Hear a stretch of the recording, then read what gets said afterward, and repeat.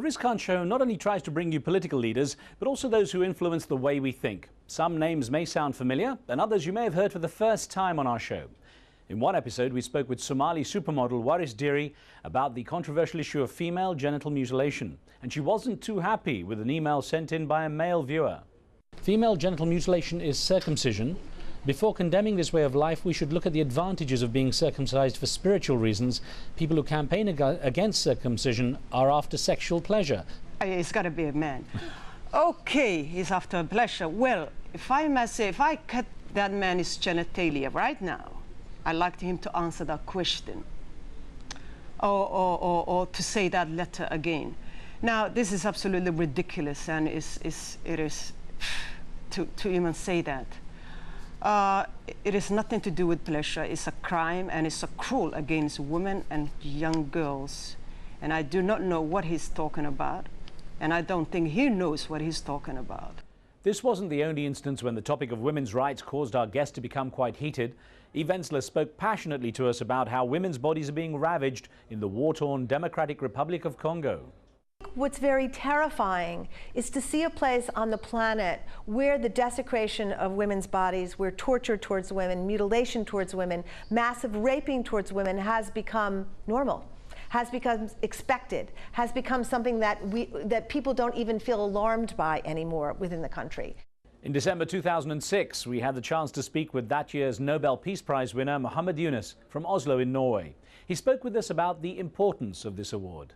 It's very important that we get this Nobel Peace Prize because it suddenly draws attention of the whole world. And the Nobel Peace Prize for myself and for Grameen Bank does two things. One, it links between poverty and peace. It makes a very bold statement by saying that peace and poverty cannot coexist. Poverty is a threat to peace. And also it links that microcredit can help reduce poverty. Here are a few other progressive thinkers we've had on the show this year. Well, there's an email that came in from Bruno Drusky in Paris, in France, and Bruno says, do you think Islam still has a special message that can be accepted in contemporary societies? Do you think one could be a good believer even if he is not officially Muslim or even religious? That's one of the points I was meaning, when I referred to the universal nature of Islam, because when I picked up the Quran in 1976, one of the things that attracted me was this incredibly large view of humanity, even mentioning so many prophets which we read in the Bible. In fact, most of the prophets that we find in the Quran, they're in the Bible. So that kind of gives us links and tells us that that there is an amazing connection which we find, if we really analyze it, between all the prophets bringing one essential message from one God to one humanity. The children are dying. They are dying of hunger. They are dying of many things. They are not being educated. And how can you get a future leader that is not educated? That can't be possible. So the children need education. They need good health care. They need shelter. They need many things. So I'm appealing to all leaders, please, please, please, don't forget the children. Every symposium, every workshop you go, make sure that the first agenda is the children. I will always say, if you turn your backs on us, we'll never forgive you. Do you think the leaders listen? Well, I've said it. If they don't listen, then that's their own part of it. But my conscience is clear that I've said what I have to say, and I've advocated the best way I can for the children, for the one that I'm representing. So if they don't do it, then it's not my fault, but it will tell on them. God will fight for us. It would be a great thing if the United States were to support democracy, but it doesn't, and we know that. It didn't do it before 9/11. It doesn't do it now. If you want maybe the most dramatic example is Palestine. I hope 10 years now we'll not be having an unnecessary war like we see taking place in Iraq, where we're losing lives and money and honor. We can do better than what's happening there, and we must do better. And I'm convinced in the future hopefully because of lessons learned, we will do better. I think our problems confronting humanity today are much greater than those problems that separate us as groups and sects and tribes. So I'm much more for cooperation than revolution. From thinkers to entertainers, a number of actors and musicians have come on the Riz Khan set to talk about issues close to their heart. What is sorely needed and urgently needed in the entire, certainly in Eastern Chad and Darfur and in Central African Republic too, is a robust peacekeeping force, UN peacekeeping force to protect civilians and humanitarians.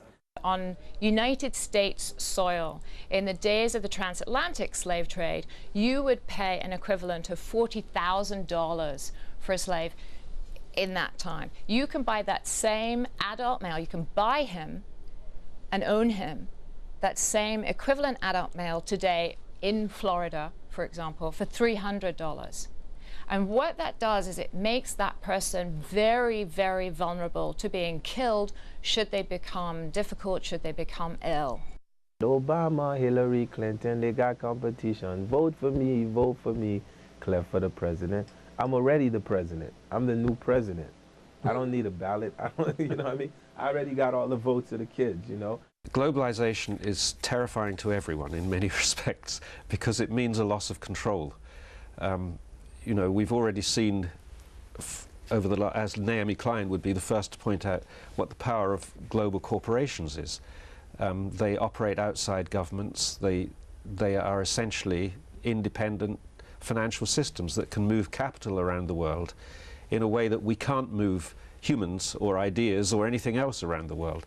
So global capital is now completely free, but nothing else is. So this creates a very difficult and very uncontrollable situation. Music is a common denominator across the globe. You may not understand the words, but everyone knows a good beat. Here are some artists who've bridged that gap. Basically, what I like to do as music is the party side of reggae music. It's something that when I was a kid growing up, you know, facing problems, my father was in prison from I was 13 till about 19 years old. And so just problems of growing up, facing society, not feeling, you know, that I belonged anywhere. And I would take my frustration out, or I would have a release then when I would go to socialize and chill out in the clubs, you know, with friends. And that's where my music comes from. It's good time music, it's feeling good. The struggle against apartheid was an inspiration that informed much of your music, your muse, basically. Where do you draw your inspiration nowadays? I still come from the same people. I still have the same history. I was viewed by the media as being an apartheid-oriented musician, but I've been a musician since I was 6. And I think that the progress of Africa, to me, is more important than what happened in Africa, in South Africa. And South Africa, I think, was just like a drop in the ocean. To be honest, you have to see the whole fame thing as an illusion. It's not real. You can't accept it as something real, because if you accept it as real, then it'll get to you. It will get to you. It doesn't matter who you are. To what extent has that culture which you fathered developed into the kind of culture you expected? I mean, you know, are you proud of the way your child has grown up? It is as it started. Hip-hop was a voice for poor people who mostly were voiceless in America, people who were locked out. And so it's grown, but it hasn't changed. In other words, you know, the French rappers are not liked too much by the French government.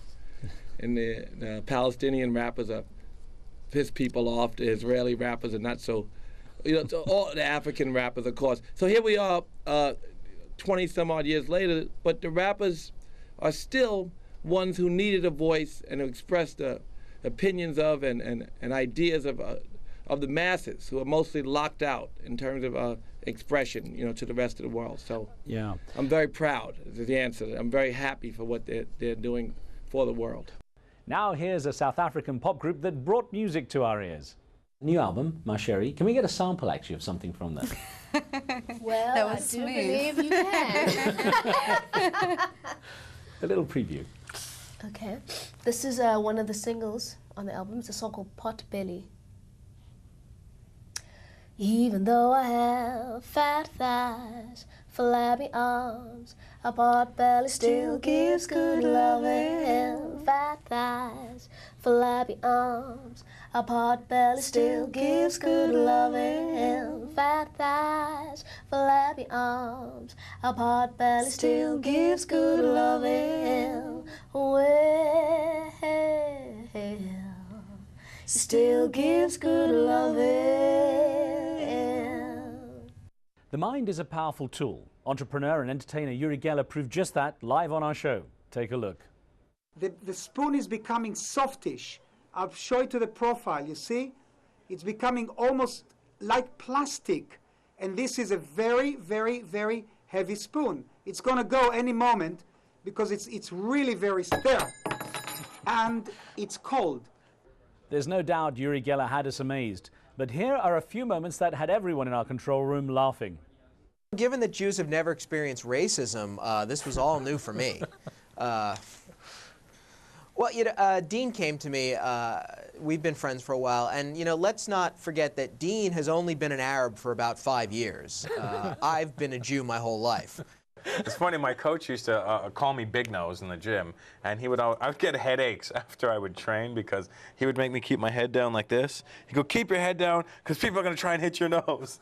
So I would do this, and I'd come home with a headache because I was looking up the whole time. It was on the gym. But I never broke it. It became very nice and flexible, though. To an extent, we need to minimize even television watching. No offense, Riz, they should watch your show. We need to really re-engage and inspire our kids. Talk to them. I am an Indian and I'm calling from UK. I'm ashamed to be an Indian of Indian origin. Sorry, I'm having an argument with my wife. I'm ashamed of being an Indian. Mary's asking, well, what about the presence of Turkish troops? How could Greek Cypriots ever be comfortable with that? Well, I am asking Mary to read the referendum once more. If she doesn't have it, I will send it to her. Sometimes I've been left speechless, but sometimes our guests have had the same effect on our callers. My name is Sarah. I'm calling from Hi, Sarah.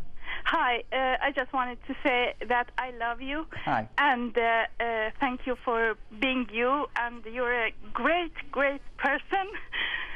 Oh, I can't talk. I'm just so excited. You're very sweet. Thank you for just great performance.